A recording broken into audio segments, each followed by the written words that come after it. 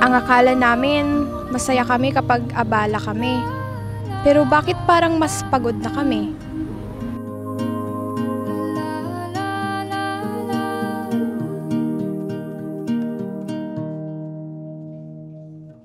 Kada hakbang sa lupa'y para akong inaalon at nalulunod sa batikos ng mundo, sa kung ano lamang ang kaya ko.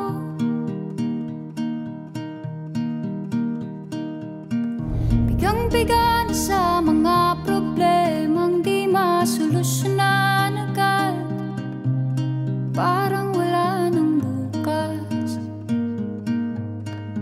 Pwede bang umiwas? Hinahanap ang sarili, ngunit di nakakayanan sa ligaw na dinadaanan ko. Saan na to patungo? Saan ako patungo? Dahan-dahan nating simulan muli ang paghakbang.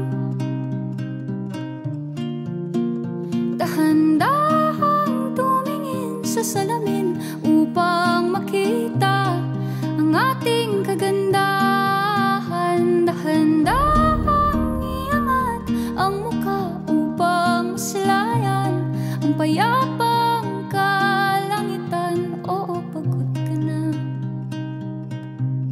pero di ka nag-isa, kaya't lumaban ka at sabihin. Siguro, hindi namin kailangang alam agad lahat.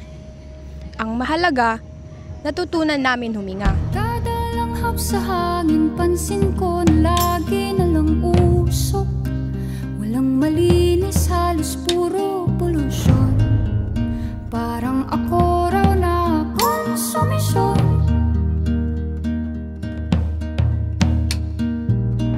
Gulong-gulo ang isip, san ba lulugar kapag nagkamali? Grabe sila manghusga, bakit perpekto ba sila? Huminga ka ng malalim at isipin ng mabuti ang mga desisyong ilalaan para sa kinabukasan, nang makapunta sa paroroonan. Dahan-dahang tanggalin ang maskara at hayaang tumulo ang bumabadyang mga luha. Dahan-dahang iangat ang mukha upang masilayan ang mga taong ika'y pinapahalagahan. Oo, pagod ka na, pero di ka nag-isa.